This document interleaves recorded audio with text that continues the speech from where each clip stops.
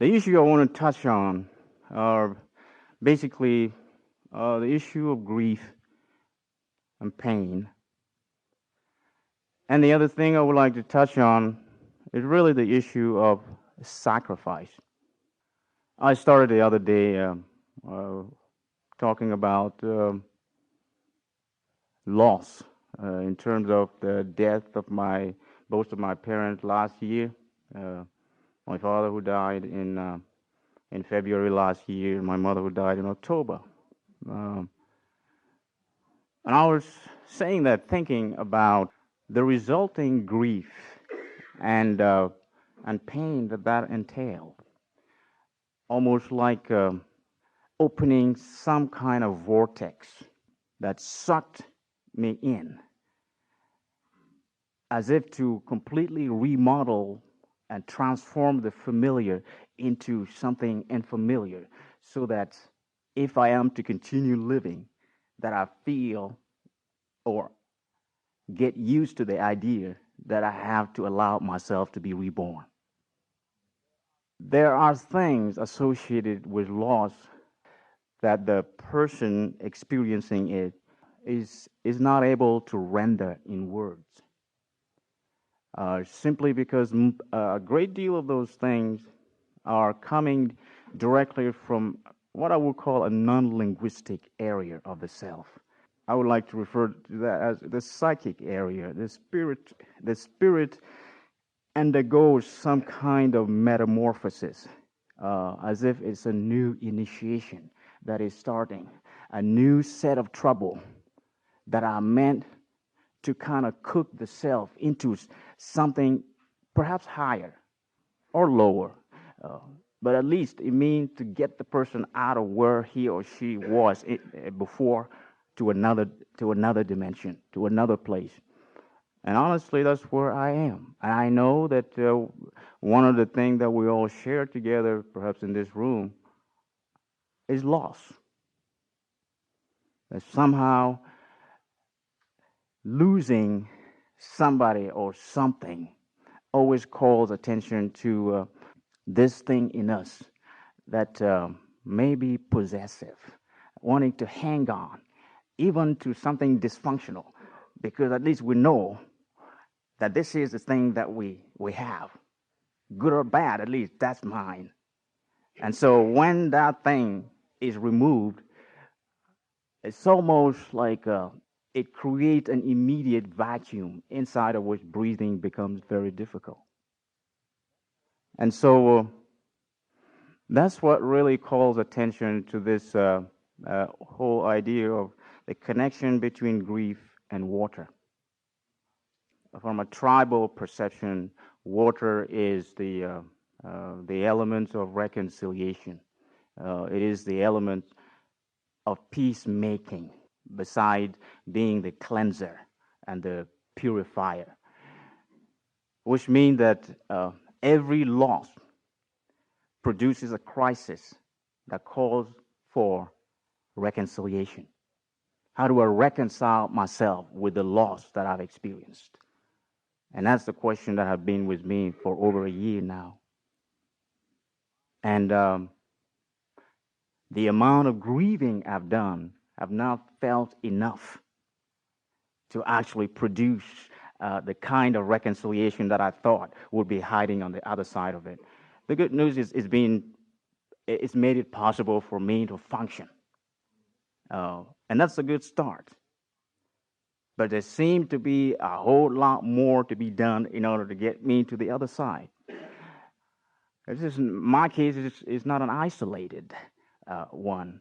That somehow, in this room even, there are people who share the same experience. And that's the one that I would like to see pioneer or even spearhead the experience with water as an opportunity for some further shedding. And I want to call that a different kind of grieving. Getting in touch with water, not as a regular H2O, but as the principal element of our own genesis. Uh, I'm just saying that thinking about the fact that before we arrived here, we were in water for quite a long time, right? Uh, the womb is is a sea in itself. It's a pool, and so as we get in there, as we get in touch with that particular kind of energy, the thought here, which I would like to call your attention to, is what is it that water can touch in me, can turn moist, and therefore liquefy, thereby removing from me, so that beyond the idea of the possible cleanliness associated with water, that there be a psychic bath uh, that takes effect at that moment when I enter into contact with water. The shaman that taught me divination in my village, every August, when it is the flooding time, all the big rivers are full.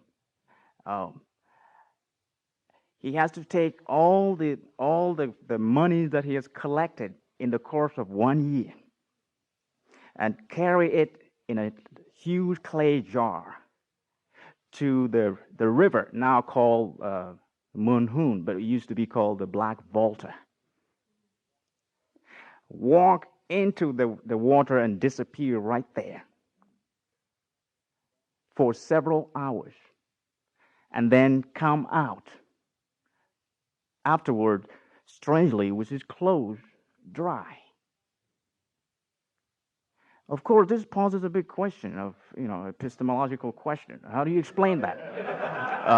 How do you explain that? But, this is, I only saw that once, and he has completely remained totally unresponsive to any interviewing or any questioning.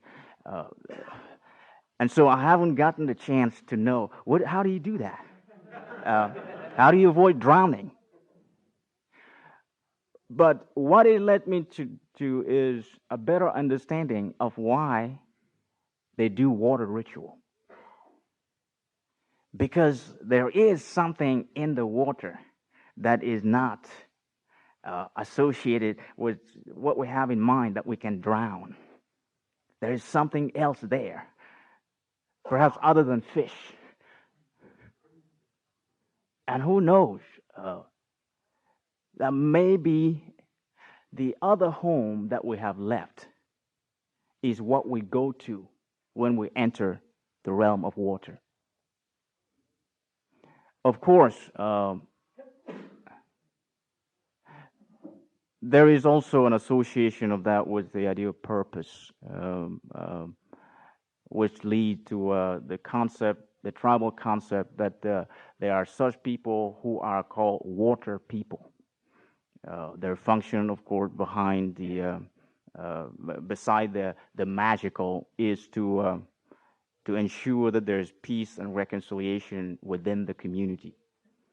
And they are also associated with other clans, such as the fire clan, the water clan, the earth clan, the nature clan, and the mineral clan. But this task, this particular function, which is associated with their purpose, really came out in my mind when, the whole idea of the grandiose was brought up yesterday so vividly, because my mind just went straight to that area where I saw this grandiose thing as the great purpose that was inscribed in us before we're born, and is so committed to seeing us fulfill it that it will stop at nothing, to the point where it will feel like each person, any person who is at least minimally sane, will want and look forward to giving his life to something bigger than himself. And so that's what lead lead me to the whole idea of sacrifice. Um, there is some sense in which the cycle of life and death um, is something so ingrained in us that dying at some point intersect with living, and living intersect with dying. So that when one dies, oh, there is always the desire that that death be connected with something grand, something big. It is as if um, exiting this world also mean entering another world where a huge welcoming committee is waiting for you.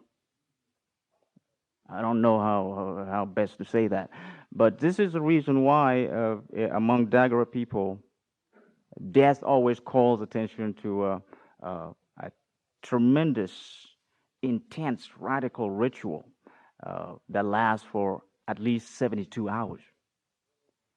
Of course, because the village is relatively small, there is a possibility of stopping every activity in order to give attention to the departed soul, uh, so that this escort to the other world can translate into another escort in the other world to wherever the final destination of the dead is. In doing that, then the deceased become a sacrifice to the greater good of the community. Besides that, uh, is this whole notion that is associated with animal sacrifice, something that I've always had a hard time explaining in clear detail, because I'm not trying to I'm not trying to paint a romantic picture of African culture, but at the same time, I know value when I see one, and the inability to actually to effectively defend sacrifice when it associates with animal uh, does not simply mean devaluating it. Uh, all I know, and all I can share is that the trees are the most advanced species. They suppose they're connected with a consciousness that supersedes anything else, that is wider, bigger, and the only explanation they give is that they look still. They're not going anywhere. Next to them, the next second high consciousness is the consciousness of animals. And it's a kind of unfortunate thing that we trail behind as number third or number last. Now, the interesting thing about that is this, that the higher your consciousness, the more eager you are to offer yourself to the next layer of consciousness below in order for it to rise. As if somehow, by offering yourself in that manner, you not only contribute to the lifting of an otherwise wanderer consciousness, the lifting of that consciousness to another level, but you yourself allow yourself to go even further. There may be some contradiction in there, but the instinct, and that's why we have the story behind chicken sacrifice, that the chicken lobbied tremendously at the shrine of the great god in order to be the one singled out to offer their blood over and over in order to repair human mistakes. And this is the reason why basically no chicken is killed just because the food is good. Uh, it is killed first in order to repair something that is not working well. That's what we call an offering. And then the body is shared with spirit. There's something about the sacrificial animal that certain key parts of the animal anatomy are given to the shrine of the spirit. And so far, even though I don't understand why this particular part, such as the liver and the heart, uh, I think that might be connected to the seat, to the main seat of the consciousness that is carried and embodied by the animal itself. And there's something about it which, if you happen to go to see a Daguerre diviner, chances are you will be prescribed to kill a lot of chicken, uh, like it or not. And if you can't do that, you will have to get used to it. I don't know. The sooner you get it, the better. And so, over the years, I found myself struggling with this issue, and I've noticed that it might be connected with a certain perception of the fabric of modernity uh, that underscore the reason why it's so difficult for the normal person to take that in, to take sacred killing in. And I know that the consciousness that is associated with animal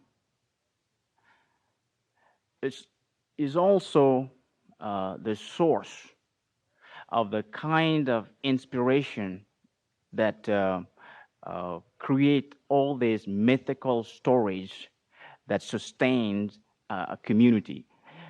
The stories that you will hear in Dano, in my village, which is called Dano, most of the characters are either animals or plants, trees. And it's only by listening to so many varieties of things here that I come to understand why it is so important. Because it is through these stories that the children are taught about the myth of the community, the kind of mythologies that hold the community together. And one of the critical things in there that I have that has come to my mind, and that's associated with what Danny you've been communicating since the other day, is what uh, it, it inspires. It has inspired a certain attitude towards what you will otherwise call the that which is not commonly familiar. How would I say that? Here you would call that deformity or uh, infirmity. The in the village, there's a perception of people who are carrier of chronic disease or chronic impairment as permanent living shrines that need to maintain a kind of mobility among the community to remind the community of the kind of thing they cannot afford to forget, that they are surrounded by the sacred, that they are surrounded by something bigger than themselves. And that reminder is supposed to trigger in every villager, in every person looking, a sense of humility. It is as if it is a thermostat against the overheating one's grandiosity. Um, if I could put it in this fashion. And I had forgotten about this until last night. That's when it came to me that that is the reason why any person who has any kind of disability is sought after. People will, men like to marry women who are disabled. Women will gladly marry men who are disabled. Why? Because you live permanently with the sacred. It is a natural attraction. Well, and unfortunately, there's not enough around. Um, but this is something quite interesting to, at least to contrast with the way it is here. You know, these stories that you've told are really poignant. They're very touching. And yet, in my heart, I can't help but grieving the fact that this is all possible because modernity has ruled out the sacred, or has done something to the sacred whereby you can stare at something and at something otherworldly and not see it. And so there is almost like a commitment um, to desacralize even anything that is so vehemently so sacred that it is annoying. Um, what should be done about that? I think this is cause for grief because there seemed to be something like a commitment to getting rid of that which is most important to ourselves, and it will require perhaps very strong muscled excavators uh, to go to those places where all the sacred is buried, and dig that out.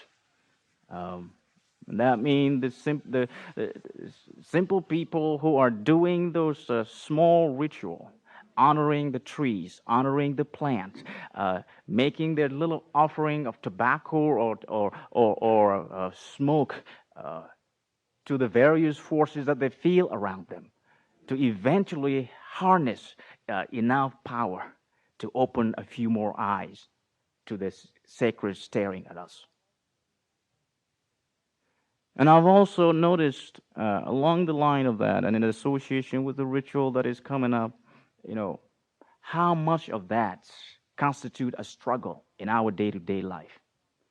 Uh, I watch how difficult it is to build the shrine that is going to hold our ritual tomorrow. And I'm not reading into that in terms of individual uh, narrow-mindedness or commitment to uphold their ideas and get credit out of it, and so on and so forth. I'm just seeing how our own conditioning, the kind of conditioning that has a hard time noticing the sacred even when it's staring at us, um, how that conditioning can stand in the way, can block us, and makes us so rigid that indeed we need to stay in the water a few weeks in order for it to be melted away, or something like that. So, and the real deal here has to do with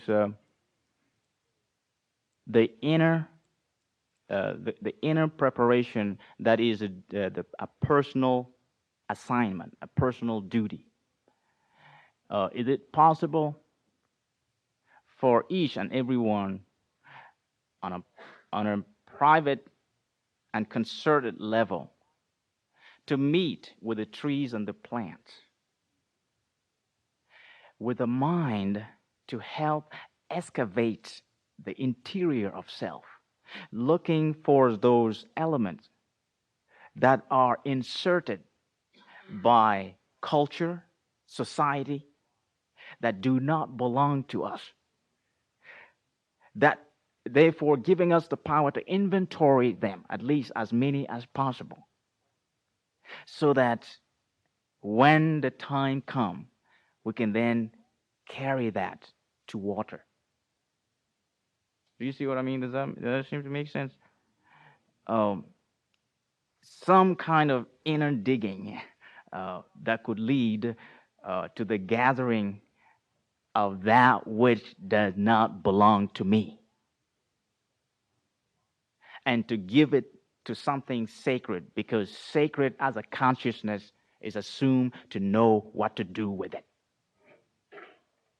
Uh, the issue is that we oftentimes think that offering should be necessarily good thing.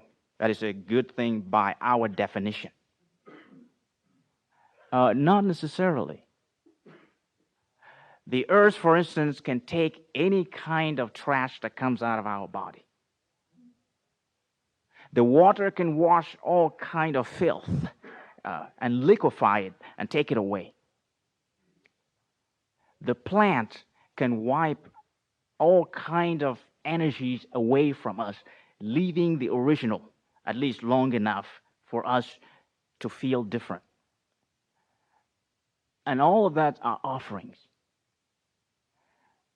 And so I would like that if anything at all, if it is not possible to fully understand what you're doing, think of something grand that you want to do that on behalf of. Think of somebody who is struggling somewhere, and you're doing that for that person. Think of yourself as an offering to something bigger than yourself. That means become a sacrificial element, because there is dignity in giving yourself for something grander than you. And so this is really what I would like to stir up your thinking toward. Yeah, you know. Anyway, that's what it is not a good idea to seek perfection in the immediate. It's a good idea to think that here I am. I know nothing, but at least I know one thing. I can show up. Showing up with all your inability qualifies you for to be hired by the Spirit to do the impossible. I don't know if that makes sense. And it is something that stands distinctly from the idea of gaining some expertise first before you engage in what you may call career. You learn as you go through the trial and tribulation. Eventually, you get most of it by the end of your life. And that's the way it is. So my sense is that each one of us who is present here may have been woken up by an ancestor, a close relative who is in the other world, and placed in this path to try to do something grand. And the nature of that cannot be completely delineated and clarified now, because there's so much difference between the conscious and the unconscious that indeed a lot of information get lost in the middle. But what I know for sure is that as long as we're driven by this humble thought that somehow we must be doing something right, nothing will matter. And it is not about someone's tradition trying to impose itself on another tradition. I know that what I'm talking about may be inspired by Dagara culture, but when it comes here, sitting here, I have a hard time. Imagine, I mean, maybe last time you were Dagara people, or some shit like that. I don't know. I mean, uh, the the color does not seem to matter anymore because in the eyes of spirit, something else is going on, and to be able to show up for something like this, this is at least very uncivilized. Uh, uh, um, and that's the effort that we need to make to know that there's nothing lost in suspending disbelief. And yet, it is also probably one of the hardest things to do. And why should we want to do the easy thing anyway? This is informed by a tradition coming from Dagara people that are very addicted to divination. Before you go to a divination, you take ash and you go to the shrine of the ancestors with the problem that is bothering you. And you say to the ancestors, you will take this ash, produce a shield, take this set of cowrie shell, which is going to be the payment, and ingest in all of them the kind of answer that I should be looking at when I get to the diviners. And if you are tuned enough to the ancestors, the ancestor will be the one telling the diviner to tell you what is exactly going on with you. And so, in a culture in which you know something of that nature has not yet taken roots, uh, it's rather difficult to tell what's going to happen, whether what's going to happen will serve or deserve. You know, as long as the issue of going to ancestors to find some answers is concerned. See, I'm not suggesting that you dig thousands and thousands of years or hundreds and hundreds of years to find the whole line of ancestors. You can't do that yourself. I mean, you got to go back to Europe somewhere and begin the excavation. But at least one thing that you know is that you are associated with someone older in your family who's dead. The assumption is that over there they know each other.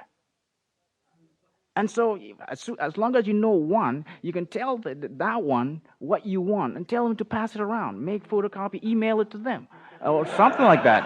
I mean, whatever, using whatever technology is available there, because you don't know the rest of them, but at least you know that one. And so, by getting in touch with one, you get in touch with pretty much all of them.